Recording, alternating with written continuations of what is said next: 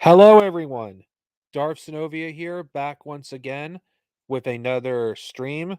Sorry, it's been a while since I've done one. I haven't had it in me to do them lately. I've been dealing with a lot of crap. And no, this is not another stream of me venting about something. This is just something I want to bring up in the conversation because the disabled struggle is something that isn't talked about. And it's something that most Marxists just don't seem to care about. And I find that shameful, considering all of us are struggling under this fascist state that we live in. And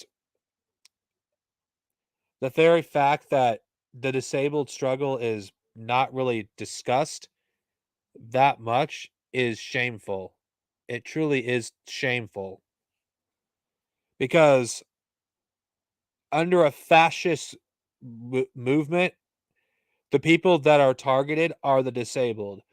Under a fascist government, the first people that they will kill are the disabled.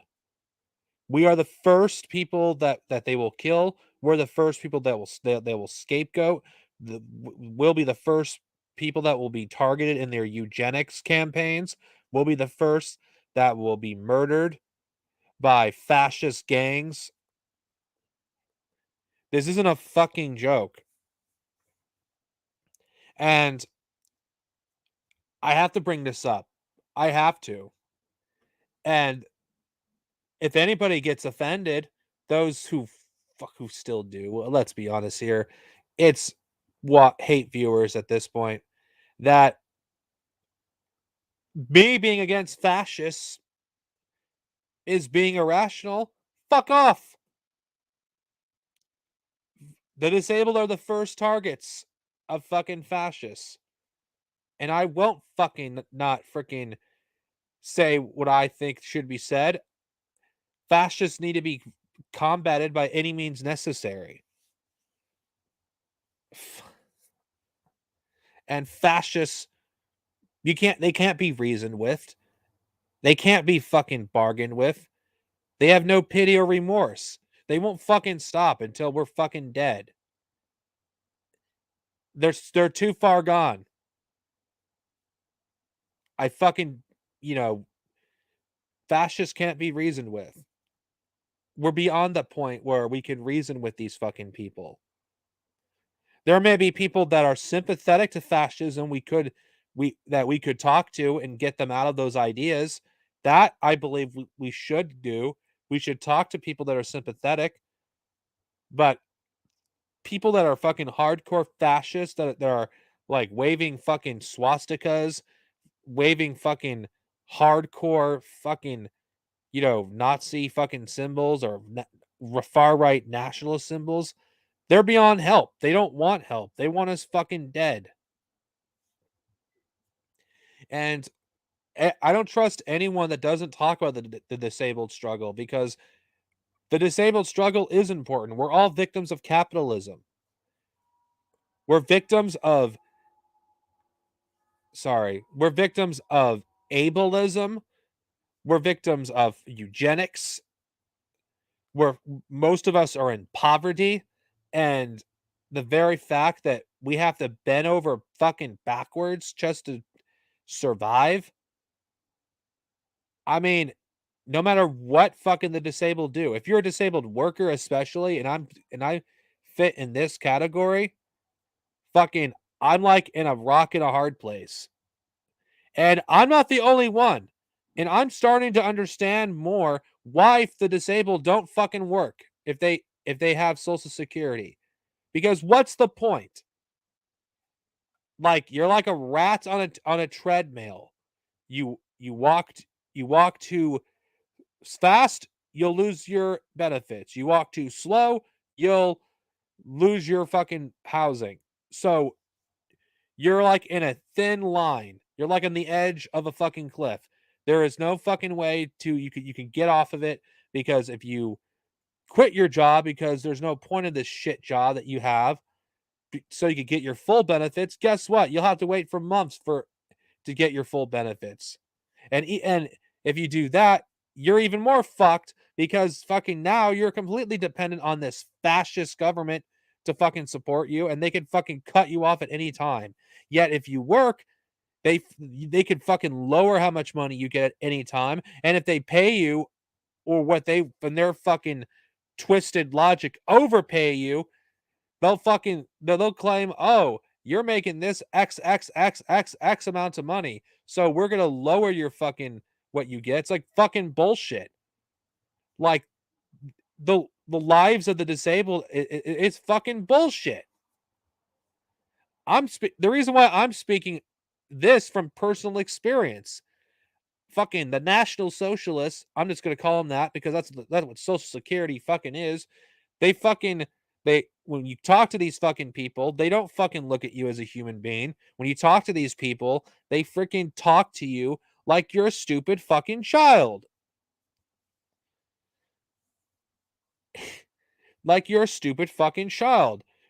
This is a fucking war on the fucking disabled. No matter how much you fucking look got it, no matter how much you want to fucking say, oh, this isn't, you're just you're just acting like the victim, Darth Sinovia. You just work harder. It's like, no, that's not what this is. I'm not against fucking work if there's a reason for it. But fucking these benefits, I had to fight for them. I fucking had to struggle to get these fucking things.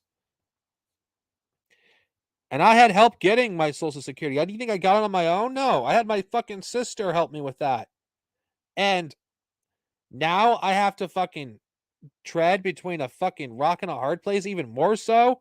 It's like I could barely afford my rent now because of this fucking shit. Social Security fucking doesn't help the disabled. If you're a fucking disabled worker, you're fucking fucked essentially because you're forced to work because if you don't work, you could fucking be behind on rent and depending on where you live, you could fucking be evicted from where you live because landlords don't give a fucking shit about fucking people. Landlords are a bunch of fucking leeches that freaking it's a fucking prison. The fucking poor are the most exploited people in the fucking population, and we're treated like we're fucking vermin. It's not what they say, it's what they don't say. The disabled are fucking people. We're fucking human beings. We don't fucking want to fucking live in poverty. We don't want to freaking like rely on the fucking government in order to survive. We don't fucking want that. We just want to live in peace. We just want to be left alone. But unfortunately, most fucking people don't fucking give a shit about fucking the disabled, including fucking so-called Marxists. Fucking it's insane. It's like Marxists prioritize fucking circle jerking or book worship over fucking fighting for working class struggles.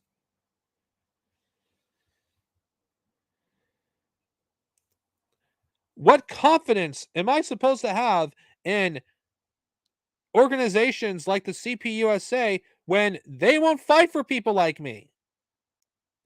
Where's the CPUSA when it comes to fucking helping fucking vulnerable people in their communities? Where are they? Where's the CPUSA? Why aren't they helping fucking feed children? Why aren't they fucking helping educating children? Why aren't they helping poor children? Why?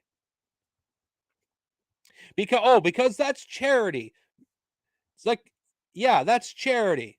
You know, something that actually would gain support for your fucking party.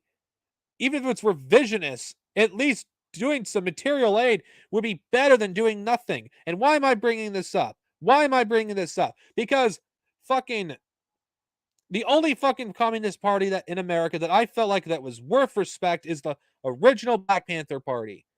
A party that helps the people, that actually fights for the people, are a fucking real communist party. If you're not fucking willing to do basic things for people, like education programs, food and breakfast programs, you're a fucking not a communist, you're a fucking reactionary. You're fucking reactionary. If you're not even willing to actually help fucking the most vulnerable people in society. I have no faith in the Communist Party of USA because fucking what have they done for people like me? They haven't gone on their way to help fucking the disabled. If anything, they fucking just do nothing but actually spread ableism or fucking talk down to us like we're fucking retarded. We're not even fucking human. And no, this is not a video, a fucking stream just ranting about fucking shit that makes me angry. I'm just doing this because, you know, I'm just seeing a trend, with so called communists that, okay, you're supposed to speak for the people. You're supposed to support the people, fight for the people. Why aren't you fucking doing basic shit like breakfast programs for children? Capitalism is literally waging war against the poor, and things are getting even worse. I don't care if they change the definition on who is and who isn't fucking poor. Capitalism goes out of its way to make things as hard as possible for the poor, making such arbitrary, ridiculous fucking requirements in order to fucking get basic assistance. It's like, look, Social Security, the concept of it is not a bad program in on paper.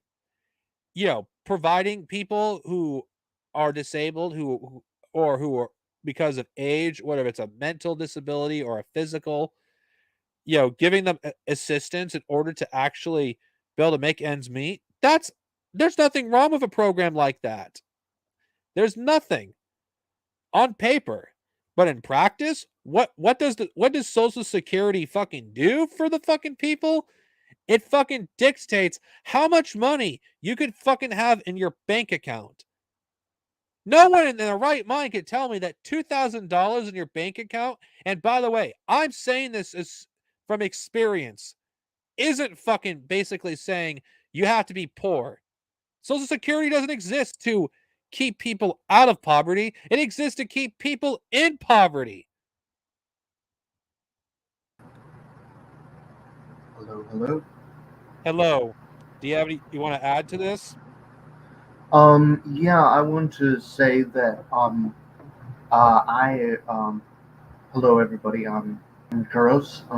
I just want to also state I am also disabled as well. Um, not appearance-wise, but I was diagnosed with acute Asperger's and autism at a very young age. So I've had to struggle my life as well. Even though I would classify myself as a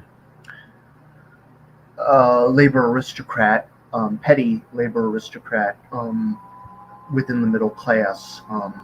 I am an empathetic person throughout my life who eventually became the third worldist myself recently after getting off the mopping cult, um, who I've been criticizing a lot recently, and other anti-communists.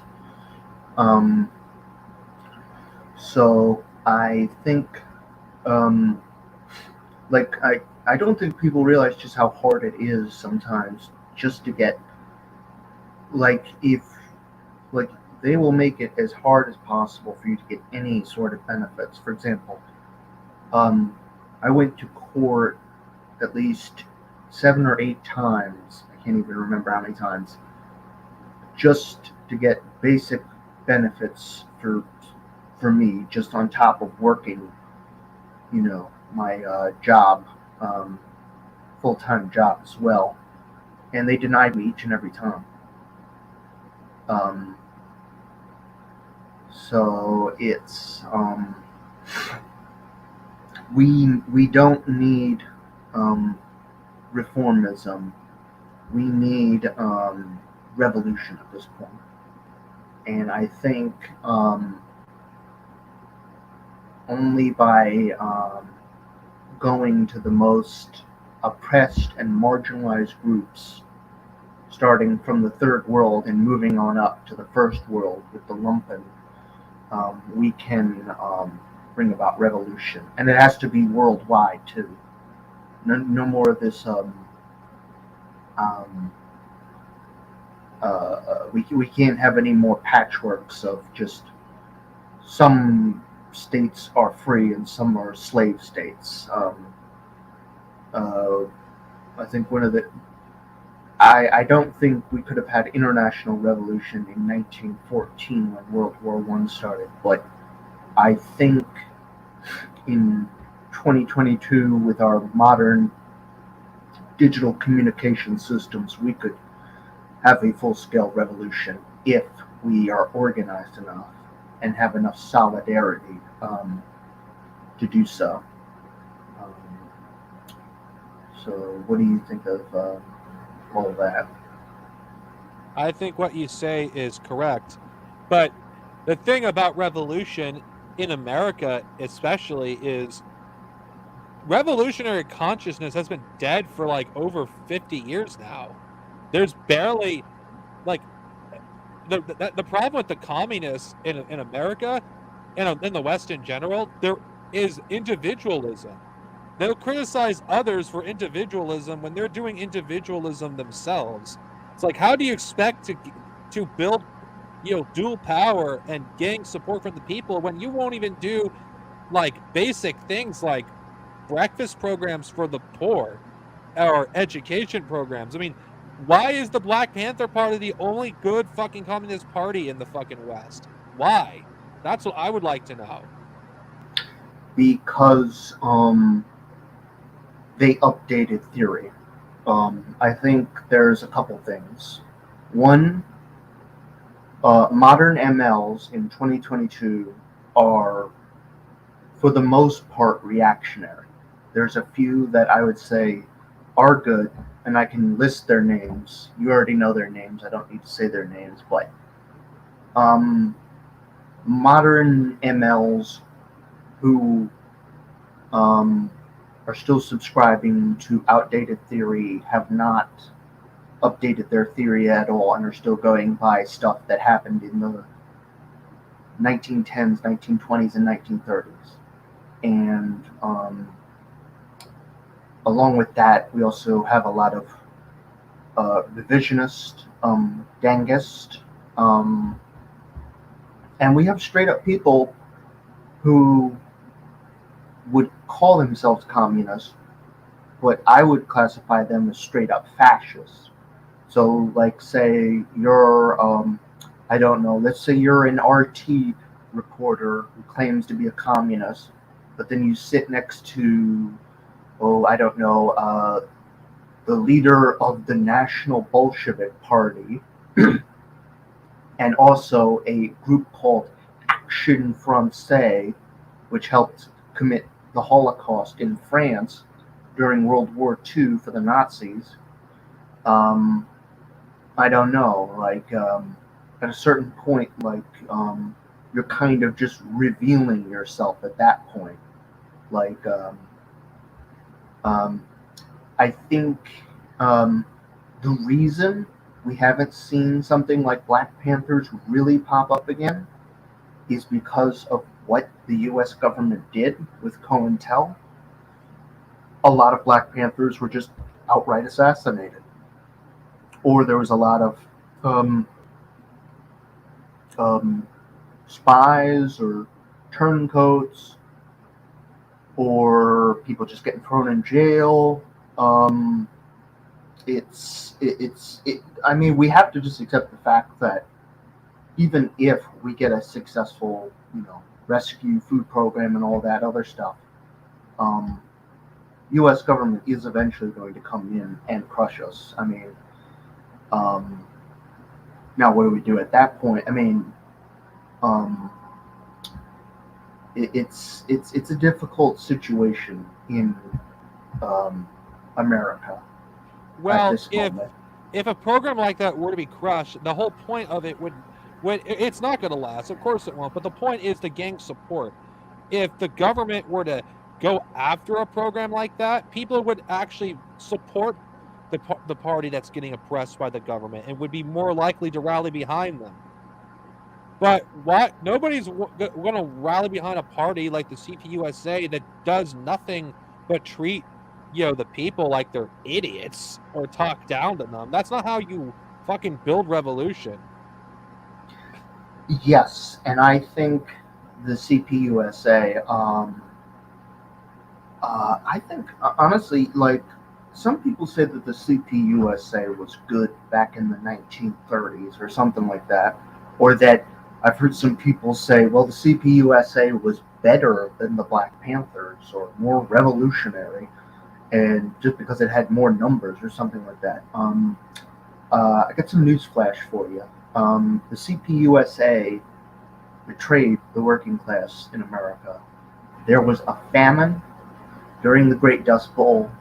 We don't know how many people died, but millions died. Um, and the CPUSA, instead of fighting for revolutionary change in America, they sided with FDR, who was a fascist, who was a supporter of apartheid in America, who um, um, arrested and detained Japanese in concentration camps. And these were not fun, happy go lucky concentration camps. They were brutal. They were basically death camps, no different than concentration camps in Nazi Germany or Japan or any of these other fascist countries. Um, and I think people who keep LARPing, I think the real LARPers are the people who want to go back to the CPUSA of the 1930s and 1940s. And why do they want to keep doing that, you may ask? They want to keep doing it because they want to maintain their white privilege. And I think that is what a lot of these people are doing. They want to go back to an era where the white man was still in charge and we could, have an all white communist party. I mean, you've seen the memes too. It's not even just, I could show you a whole bunch of memes as well with, people saying um, these sorts of things that they want to go back, which is reactionary by definition. Like that is literally the definition of reactionary. Well, even then, I would just consider them fucking cowards because they're not even willing to build anything, even in their own communities. If they want to, I'm saying if they want, let's say, they're a communist equivalent of an ethno state, which is an oxymoron. But let's just entertain the idea for a second. They'd at least do something to gain support from those communities, but they won't even try to do that. They're not only reactionary; they're just cowards as well. They don't want fucking anything. They Yeah, you know they the CPUSA is where radical movements die, just like the Democratic Party. Like anything that's like potentially that could change the system or challenge the power structure of America, the CPUSA is always behind the U.S. government. I mean, if they truly were more revolutionary than the Black Panther Party, which parties still exist? Because you don't go after a fucking communist party that doesn't challenge the system. You go after the one that does. Why are Maoist parties all around the world being fucking attacked and supported by China? Those who destroying the Maoist parties. I mean, it's Maoism, not Marxism, Leninism, that's actually continuing the revolution. Marxism Leninism has abandoned the revolution. It's abandoned it for like 50 years. There hasn't been a Marxist Leninist revolution, if you want to call it that, in Vietnam since the 70s. And yeah, even then, if you really want to be generous here, Marxism Leninism, there already were revisions to it even before Maoism was synthesized. When Mao, it was it was Marxism with Maoism thought that built socialism in China, not Marxism Leninism. It was Marxism Leninism with Ho Chi Minh thought that brought socialism to China, not China, Vietnam. And it was, and it wasn't Marxism Leninism that basically, freed, Cuba from fucking the United States. It was, and okay, and Russia. You have a few different examples of countries that had Marxist Leninist revolutions, yet every single one of them, with the exception of Russia, had modifications to Marxism Leninism. Yeah, and it's and we saw what happened in the Soviet Union. I got to point this out very extensively. There was a coup um, by the revisionist clique of the bureaucracy in 1957 by Khrushchev, and this is well documented. There was votes to stop Khrushchev from his program of quote de-Stalinification. I'm using air quotes here, um, but Khrushchev ignored I don't know what the exact body was in the Communist Party because there was a majority vote with people like Molotov and um, Georgy, who opposed Khrushchev's liberalization. But Khrushchev, who controlled the military, said he basically said, "I control the military, and what are you going to do about that?" Um, and we saw Soviet Union become social imperialist after that. And I think the yes, Marxism-Leninism is outdated. We already see that. The only really successful revolutionary movements into the world today are Maoists, be it in Nepal, where they overthrew the monarchy in 2007, that China opposed, the Naxals in India, that China also opposes, the New People's Army in the Philippines, that China also opposes, the Communist Party of Peru, also called Shining Path, um, that China also opposes. It's interesting how China, which claims to be Marxist-Leninist, opposes every single revolutionary movement around the world. That's an interesting little factoid that I don't think any of these dangus will ever seem to acknowledge. Well, the thing about this is they honestly think, let's just be a little charitable for a second, that a revolution ends as soon as you overthrow a previous form of government. That's not true. The revolution continues long past that. It's an Yep, ongoing process. yep. It's It like is cultural it's like revolution. You need they expect the revolution to happen. Oh, just like that immediately. It's like that. No, that's not how it works. That's not or how they fucking. or they think revolution is you voting something in, It's like like pink tide, or Bernie Sanders saying we need a political revolution through the ballot box or something like let's that. be honest. These people would have opposed the 1917 revolution in Russia. I They gotta would I have. gotta yep. I gotta point this. Well, they would have called them anarchists. Lenin would have been called an anarchist. Like, or some. I mean, like if we were using their logic for that time period, they would have called him left adventurist or something like that. But the reason I got to point this out, Eugene V. Debs, the great guy, one of America's most well-known socialist leaders. Do The you know only why? good Yeah. white American socialist. The only other one is Michael Parenti, even though I have some issues. Um, the only reason he ran for president, like all the time, um, he did that because the socialists were trying to count their votes. They were trying to measure, okay, this is how many supporters we got, and it was sort of like a way of, measuring how much of the population we could have offer support for eventually a revolution if it were to take place, and we could, do all that. There's really no, like, I don't really see an argument to be made for engaging in bourgeois electoralism in 2022, especially considering we know that they have um, electronic machines that can just um, make up votes out of fly without any sort of accountability. I mean, look what happened And with Bernie Sanders in 2016. He and lost 2020. in Vermont. One of his state he should have won easily.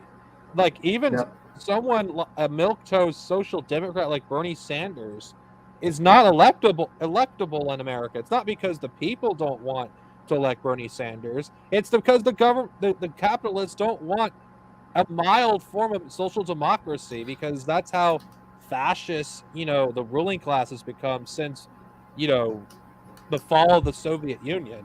Though I would argue that it was before the Soviet Union. And let's say hypothetically we do elect a social democrat. There's a couple things here. One, how do you not know that the U.S. military wouldn't just overthrow them?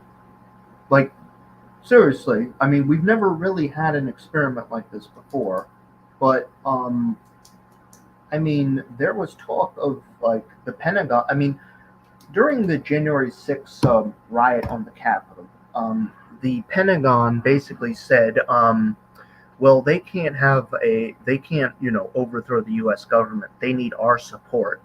And I was like, wait a minute, say that again. So let me get this straight. You would be okay with overthrowing the government as long as you supported it, is what you're saying.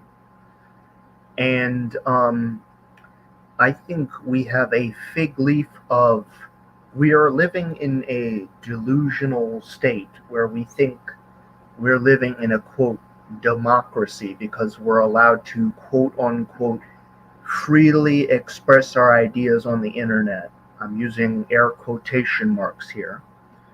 The only reason we're allowed to freely express ourselves is because they managed to suppress the communist movement so much that we're so irrelevant, we're so marginalized.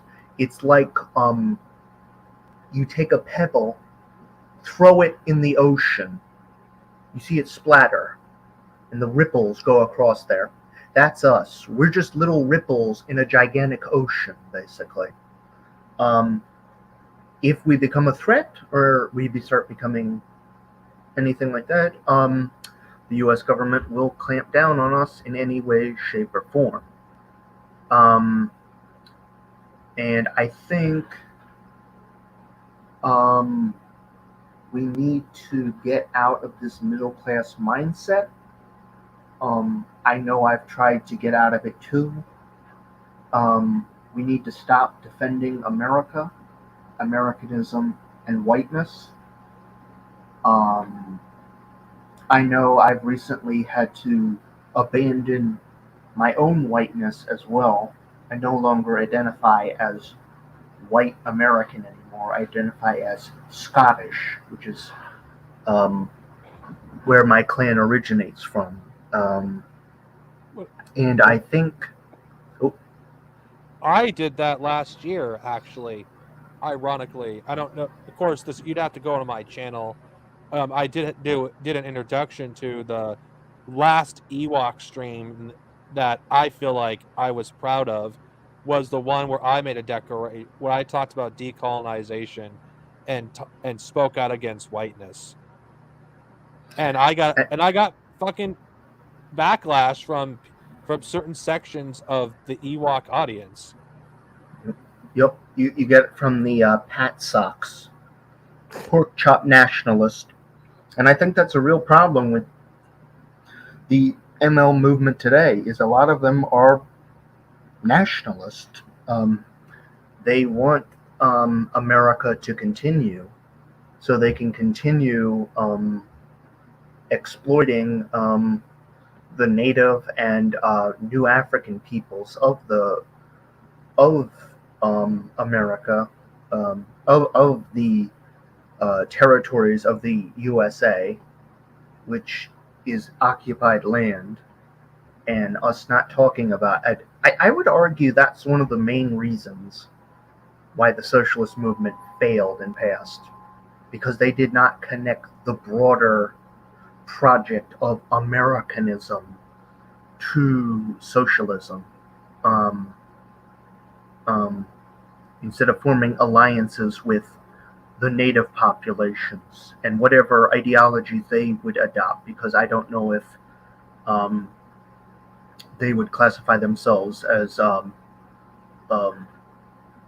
what brand, like maybe they're socialist, maybe they're demarchists, maybe they're whatever ideologies they are with the broader Marxist Leninist Maoist third worldist movement. And again, that goes a little bit more with updating theory.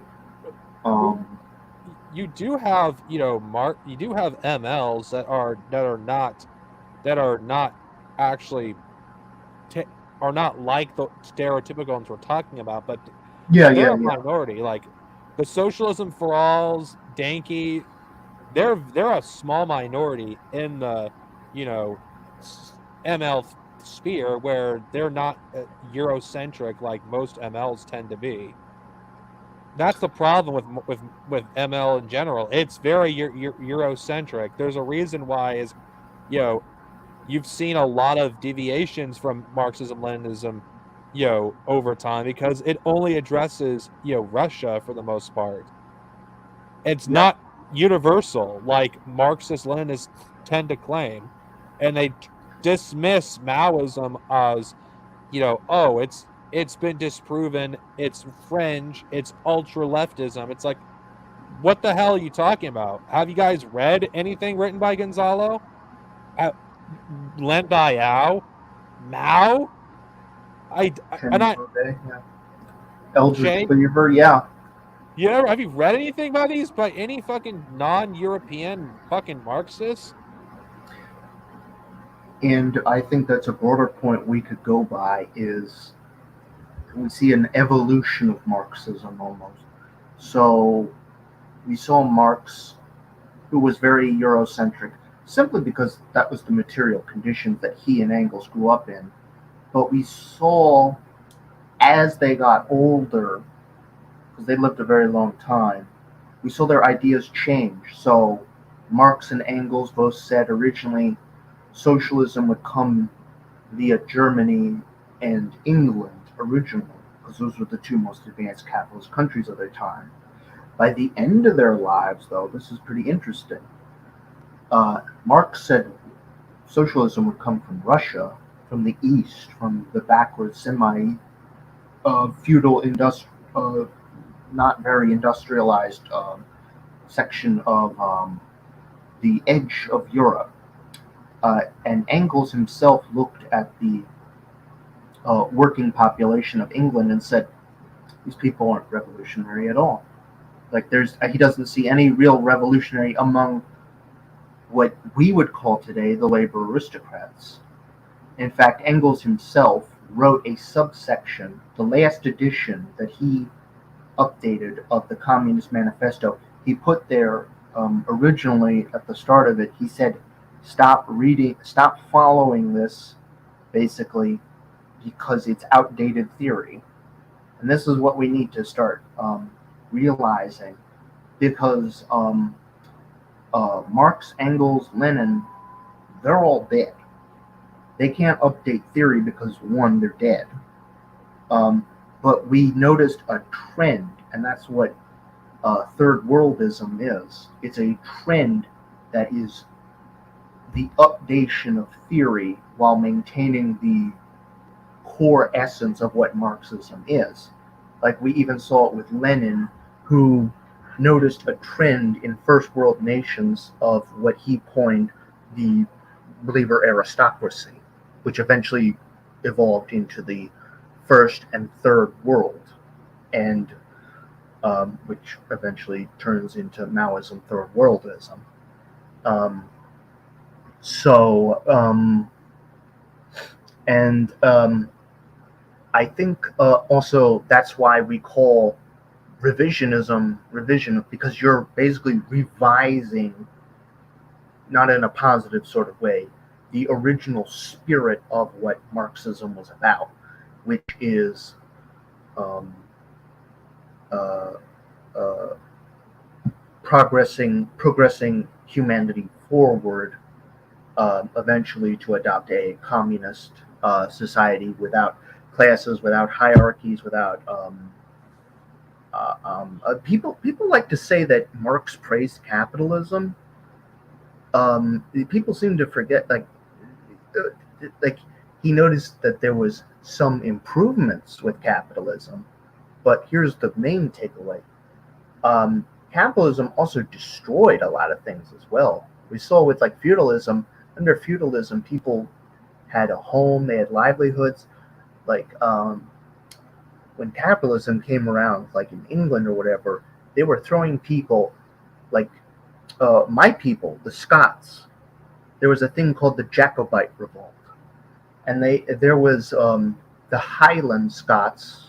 Yes, the Scots who lived in the mountainside on top in northern Scotland, who rejected capitalism, rejected going away from feudalism, um, and being thrown out of their houses, being unemployed, um, being um, um, being hanged, because that was another thing. Vagrancy, you used to be just outright hanged. Um, and the British government didn't care. They went in and cleared the commons and genocided a huge portion of them. But nobody wants to talk about that with capitalism. You know. Capitalism always leads to genocide in one form or another. And what we're seeing with the COVID-19 pandemic, the victims of this genocidal neglect are the poor and the disabled, and and you know black and indigenous peoples. You know. And this is why I find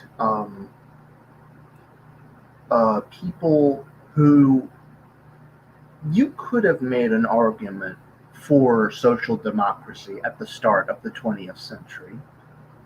Um, or maybe, I would even, okay, I think maybe the 19th century. There is no argument you could make for social democracy in 2022. Uh, No, there isn't. it is And completely discredited. I think that I think the thing with these so-called with the Marxists that dismiss third worldism, I don't think they can accept the fact that there hasn't been a successful revolution in the first world. That every revolution that's ever happened was in the third world. Russia, Vietnam, Cuba, China, North Korea. These were all third world countries. Pretty, yes. The only examples that they could give, and again, this is being generous, I'm using air quotes, is the Paris Commune and East Germany. And two things. One, the Paris Commune was like 150 years ago. There were some parts of France that was still semi-feudal at the time, Western France.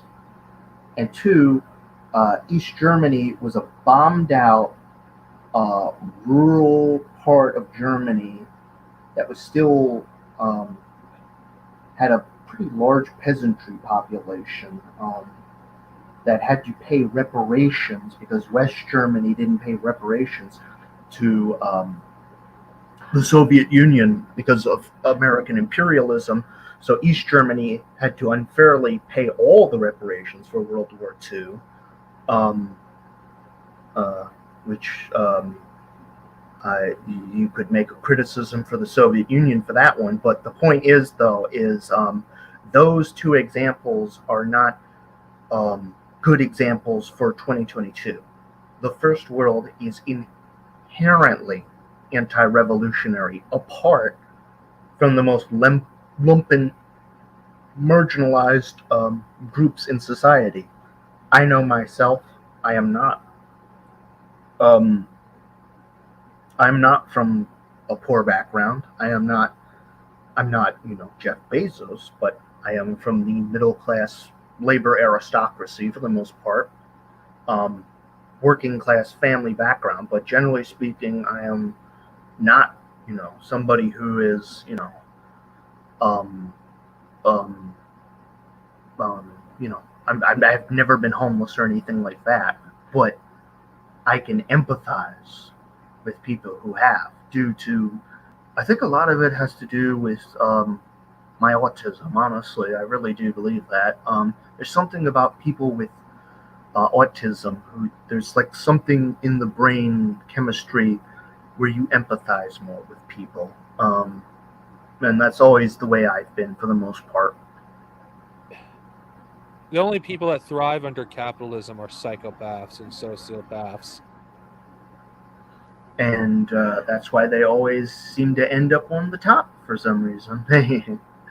um, and they're always in government or Wall Street or anything like that.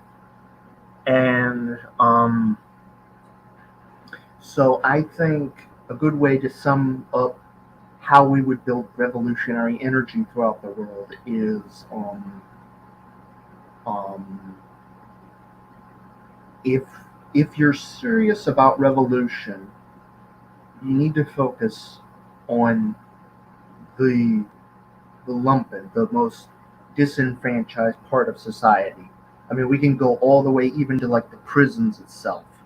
It's hard to get to prisoners for the most part, but I'd say we should even organize even in the prisons, um, and move our way to like natives or the most um, destroyed, devastated parts of Appalachia or the most ghettoized parts um, and disenfranchised parts of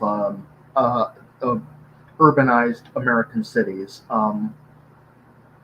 We need to stop doing we need to stop doing like the CPUSA has been doing pretty much the same thing for uh, they've been around for at least 100 years now. So um, the fact they've been around for 100 years and have not had a revolution shows that they're a complete and utter failure at this point. And I think these rest of these communist parties need to either update theory and get with the real masses, or they're going to just continue to be irrelevant, um, nothing pretty much. Like, or you're going to end up becoming some kind of weird cult, like a certain individual who will not be named. You mean But Caleb Maupin or Burger King? yes, yes, a a certain somebody who is building an anti-communist cult, basically, uh, but claims that because you got to understand though, fascists will call themselves as left wing as possible while appealing to the most right wing populations. They don't want to view themselves as reactionary, so they got to put as many red coats on as possible to appeal to the population and make as many vague kind of they'll take all sorts of different ideologies and stuff like that, merge it all together and just kind of like, and they'll still different ideologies too. Like Mussolini himself said, ideology, that's just for Marxists. We don't engage in ideology. We just engage in whatever we can, basically. What he was basically saying was when Mussolini took power, he adopted a lot of liberal policies. Like liberals loved Mussolini when he started in the 1920s. And then later on, he started adopting the, more of a Keynesian more government policies, basically, um, to get the economy ready for war, basically. Um, And I think that's one of the problems is people like Maupin, who, if you look at some of his theory, you can see he he will ignore a lot of things. Like he'll say capitalism is bad, but his solution is we just need to nationalize a few things, but we need to make sure that there's still a market in place, but it's a free market, um, without government monopoly. I mean, without monopolies and all these other things. And it's like you can't have both. The market is inherently anti-socialist by any metric, and it's like saying China is somehow socialist while at the same time having a gigantic market sector. It's a contradictory in terms. Yeah, it is. And the kind of stuff that Caleb Moppet, like infestors is ableism and elitism. It's like Marxism has no room for that. These I didn't become a communist because I wanted to be part of an elite club talking down people like they're stupid. I became a communist because it was reality. I saw the world for what it truly is, not what it ought to be, what I want it to be, but what it truly is.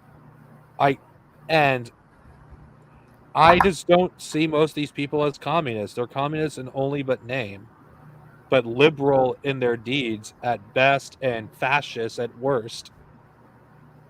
Oh, so you just want everybody to be poor now? Is that what you're saying? Yeah, the straw man that Caleb Maupin was, and another thing, like we never hear like topics like the disability struggle ever get mentioned by the Caleb cult. If it's ever mentioned, it's usually mentioned in passing or mentioned in a dismissive manner.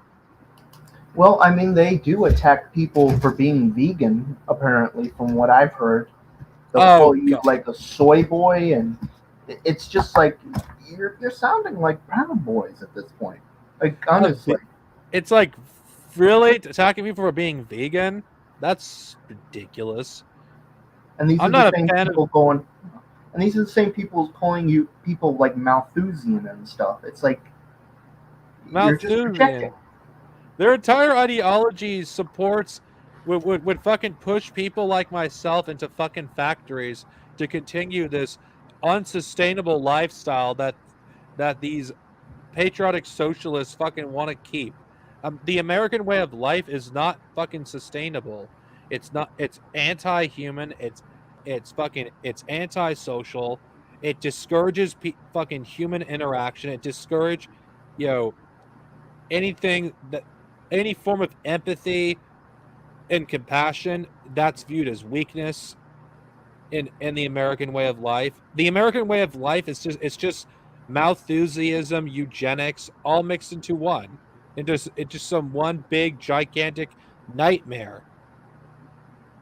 Yep. If we want it, like let's be generous here. If we want to build a new America, I don't. But let's be real, a new America wouldn't be America at all. It'd be a different country with a different set of ideas and a different set of culture because the culture of America is not compatible with socialism in any way. Like, talk to your average person of what they think of material aid, what they think of giving benefits to the disabled or give housing the homeless, and you'll fucking get answers like, oh, they deserve to be homeless because of life choices. Oh, I don't want my tax dollars going towards bums. Oh, I don't want my tax dollars going towards helping drug addicts. It's That's what you're gonna get from the average American. And I'm not saying this slightly. The average American's pretty fascist in terms of their worldview. Like the way they view other human beings is very fascist and eugenic and Malthusian. It's like you well, gotta get yeah. that shit out of the mindset of the masses if you want to build socialism. Otherwise, you're just gonna have not socialism fucking Nazi characteristics. And that's a Well, oxymoron, but that's essentially what patriotic socialism is. and they're the ones. Well, I think a lot of Americans are fascists, and the first world in general, because they're the ones that are going to lose if socialism is extended worldwide. Like a lot of these countries have been colonized and oppressed throughout the centuries, and there's there's gonna have to be a reckoning that we have to come to eventually. Like we never really addressed things like slavery, the genocide of the natives. 200 million natives. That's the highest estimate I heard were killed by European colonialism. The number of Africans died in the slave trade, um, tens of millions. I can't even think of the number at the moment. Um, the money stolen from Africa, stolen from the natives, land stolen. Like the number, like if we calculated it through a calculator, it'd be in the trillions plus of wealth and land and bodies that can't even be measured that would need to be repaid. We can't bring the lives back, but we can try to um, fix the wounds that have been left festering ever since and have never really been resolved. Um, and I think that is sort of the problem with people like the Caleb cult, the Haas cult, the Hinkle cult. They um, they don't really want revolution, and I think they are inherently anti-communist in a lot of ways. Well, I Um, think they're in denial on how bad the state of America is. A civil war in the United States is a huge possibility. It really is a possibility. There's more division in America than any other developed country in history. yep, If there yep, was a civil war, I know people like to say, the hype the Civil War, it's all sensation at this stage. There wouldn't be two factions. There wouldn't be even three. There would be hundreds, if not thousands, of different factions.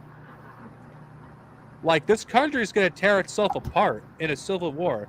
America is not going to be destroyed by an invading force. It's going to be destroyed by, you know, its own contradictions. Americans, like with its hyper individualism, is fucking going to end up just eating itself alive. Individualism, like when it's like, this is hypothetical here when I'm speaking.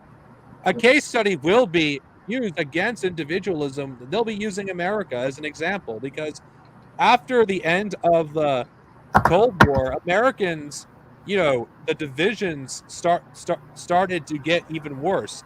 Yes, they were always there, because America in the 1960s, which is why in history classes the 60s aren't taught, or the 70s. America was unstable in that time. You had fucking riots, assassinations, massacres committed by the police and the military. Fucking bombings. and yes, like there's nothing, you know, and America is looking exactly like that, but worse.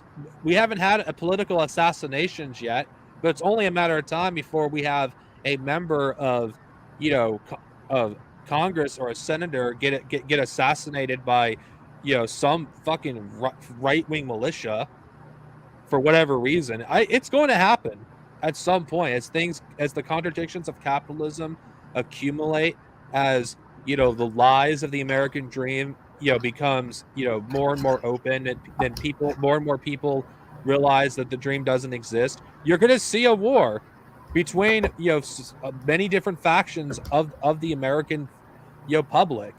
This isn't going to be, this isn't a pretty picture. And that's the real reason I believe why they're trying to look for a war with the Ukraine. If they can't get one with the Ukraine, they'll look for one for another country, because the US ruling class itself knows if they don't have a war to unite the American public on, they're going to fucking be, you know, lynched by these people at some point in the future, because it's going to happen.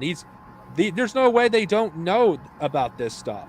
This entire monster that is American culture, it was created by these people, by their grandparents. They've created the seeds of Americans' destruction, because yeah, there's divisions in other countries, but we could speak as Americans here. When yeah, you could feel the tension in the air between Americans and other Americans. Like, even something as simple as wearing a mask is enough to start a violent fight these days. That's not even a joke. Americans are willing to kill over the smallest things. Americans are mentally unstable, and a lot of it has to do with the food that they, you know, have been eating for the past 50 years, the art that that's been, shoved in their brains. And I don't want to be that guy, but I do believe the violent video games and violent movies, violent shows, and the constant exposure to violence has actually made America a more violent place. It's why it's one of the most violent places in the world, because American culture is inherently violent. And I know someone's going to use a counter argument. Oh, what about Japan? Japan isn't as inherently violent as America. Japan's population are more united than America. Yes, Japan's fascist. Yeah, Japan is xenophobic and is an apartheid state.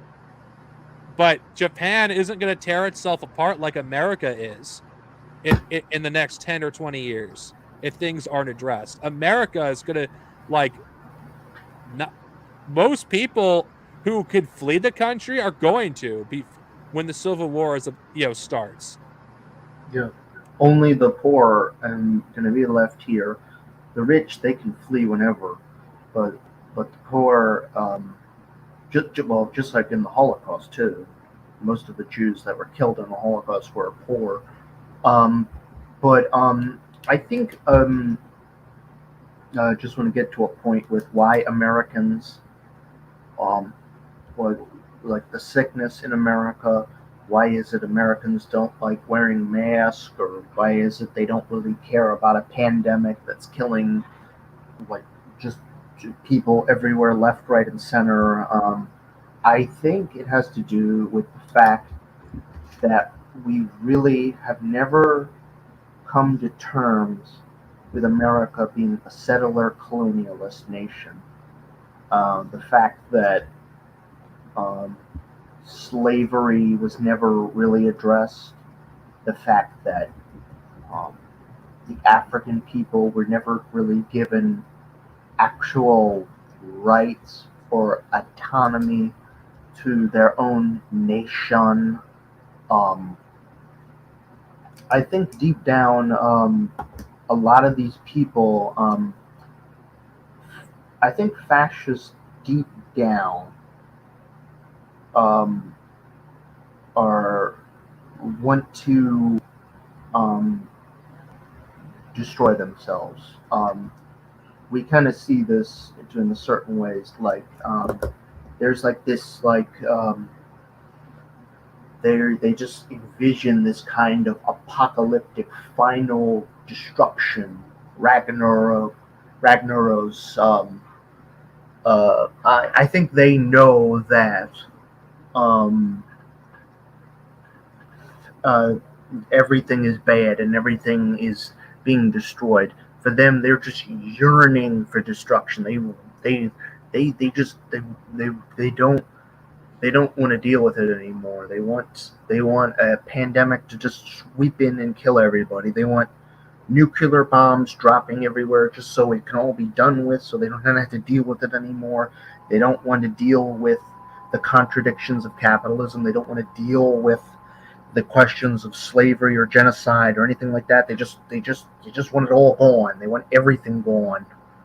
Um, And I think that's like the core theme of fascism.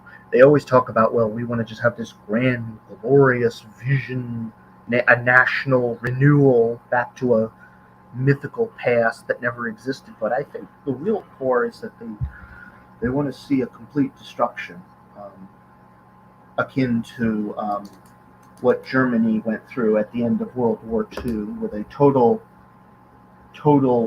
destruction of society. Um,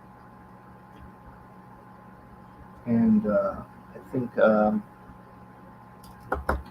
that's pretty much all I could say about that. I Uh, other personally, than other than support your local Antifa for defense, even though we're not in a civil war yet.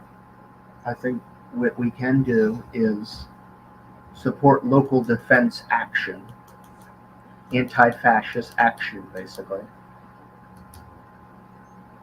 well, I actually think a lot of it has to do with hyper individualism Yeah, and fascism mixed together. It is a dangerous mix, and which is why American fascism is the most dangerous form of fascism in the history of humanity, because individualism is destructive. I mean, if you just look at the results of what hyper individualism will ultimately do to us, look what they've done to the Rust Belt. Look what hyper individualism has done to, the living standards of your average American. They've been going down because the individual is prized more than the community as a whole. Like, individualism encourages the most psychopathic tendencies in the population, like basic things like housing, food, and water is not a human right, and it's acceptable by a good chunk of the American population. And I do think the American population, to some extent, are mentally disturbed in many ways. When you have a society that's built exclusively on violence, you're going to have mentally disturbed individuals. And I'm not saying it's America is a mentally disturbed nation lightly.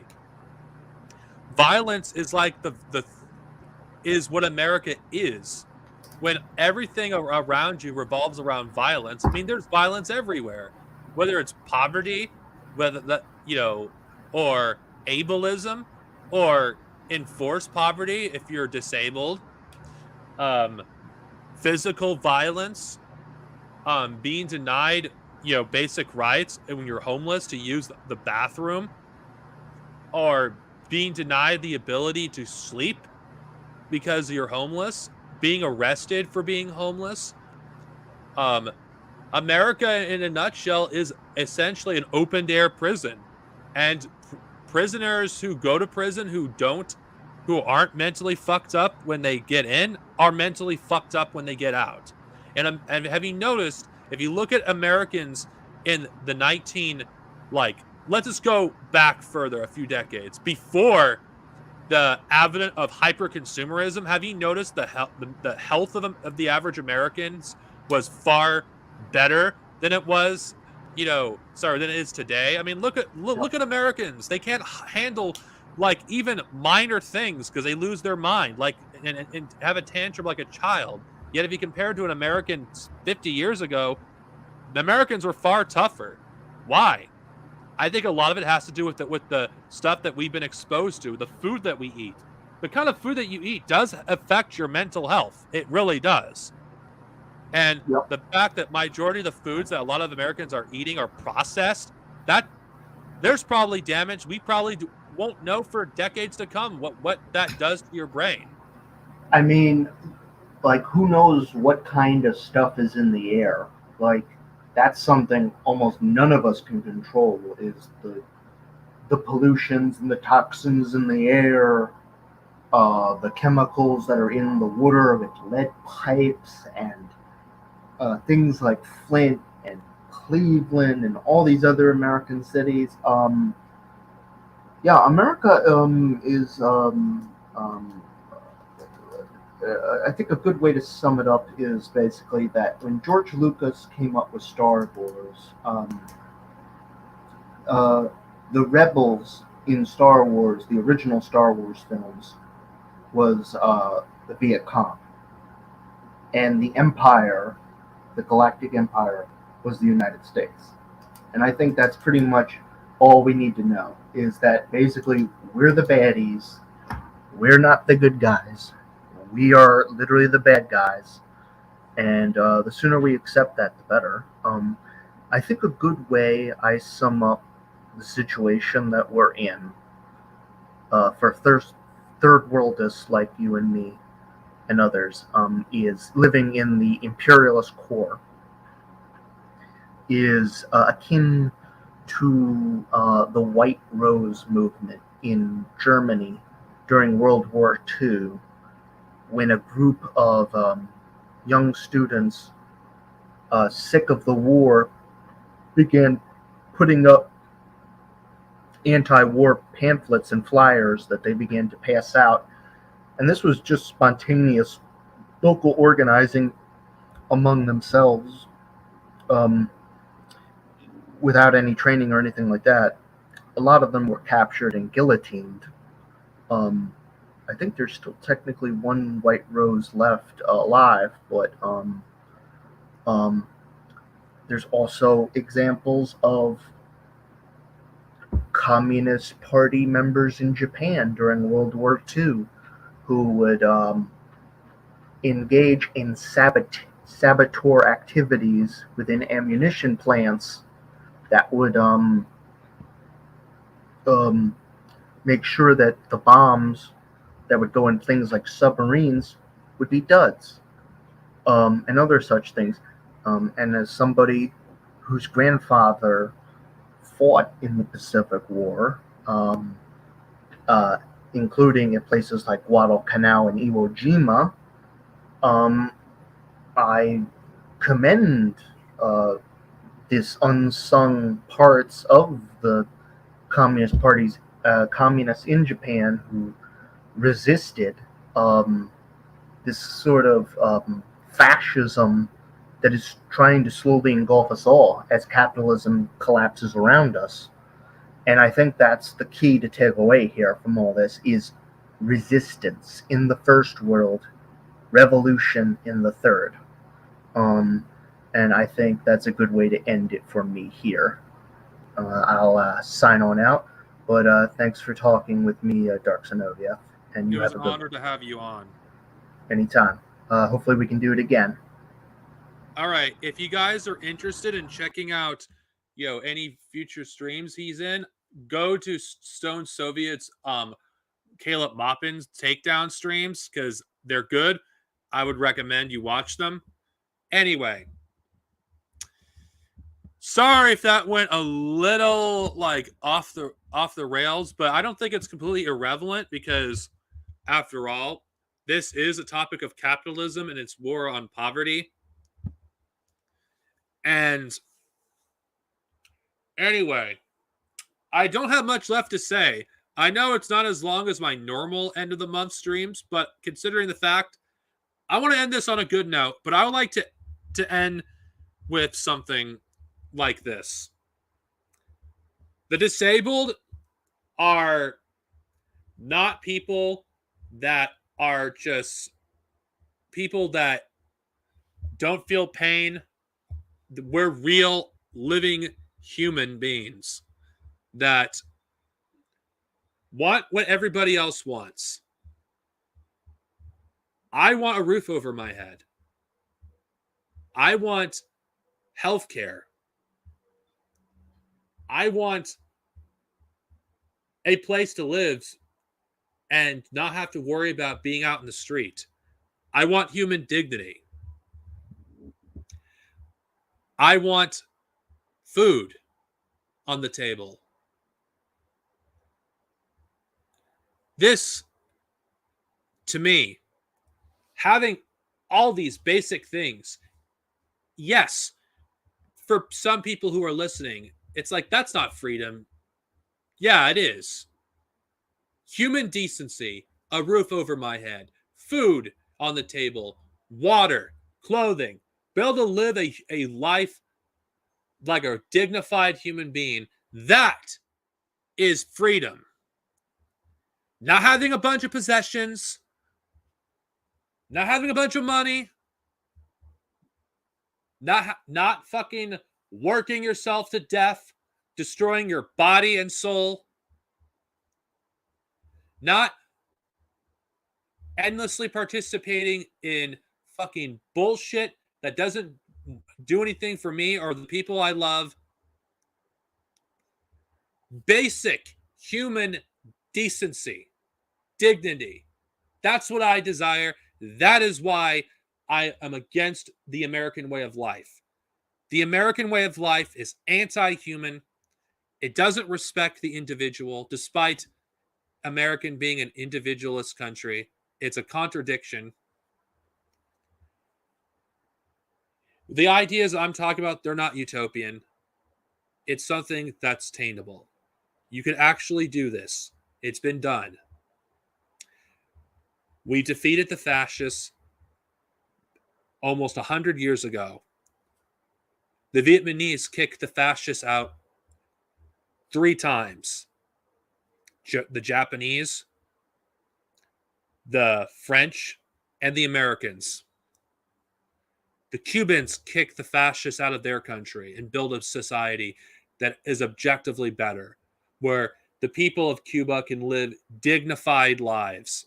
It isn't perfect. There's a lot of problems in Cuba, and there's a lot of problems in Vietnam even. But the average Vietnamese citizen could live a far more dignified life than the Americans here. North Korea, despite the propaganda you've heard against Cuba, Vietnam, and especially North Korea is the favorite target by the fascist pigs. Freaking Cuba, these countries have proven that it is possible to throw out the shackles of capitalism and build a better future for humanity. I'm not a communist because I want to be part of an elitist club where I discuss endlessly on fucking books that don't have any relevance to the issues of 2022. I'm not interested in discussing what Marx, Lenin, Stalin, Mao would think of the modern era of fucking the communist movement. It doesn't matter. They're dead. I don't fucking give a shit or want to or interested in arguing about, the excesses of the Communist Party of Peru. I'm not interested in that. I'm not interested in discussing any of this. What I'm interested in is fighting for a better future for people like myself, so future generations don't have to fight for fucking basic human decency. The disabled have to fight every single day just to, not have their souls completely crushed. A lot of people who are like myself give up because they don't see the point. But to me, to give up would essentially giving victory to my fascist oppressors. And I can't do that. It's against everything that I stand for. I don't claim to speak for all people. I'm just one man with a mic that occasionally gives that same platform to others who don't have it. I would love to join an org, but I want to join an org that does something for the people. The Black Panthers, whatever their flaws, they've done amazing things for the people and the little amount of time they existed. And it's sad that they're gone. But we have a lot to learn from the Panthers. We have a lot to learn from the Soviets. We have a lot to learn from the Vietnamese, the Cubans, the North Koreans, and the Chinese communists who built socialism in their countries. We have a long way to go. And until we combat individualism in the communist parties in the West, we will never build socialism.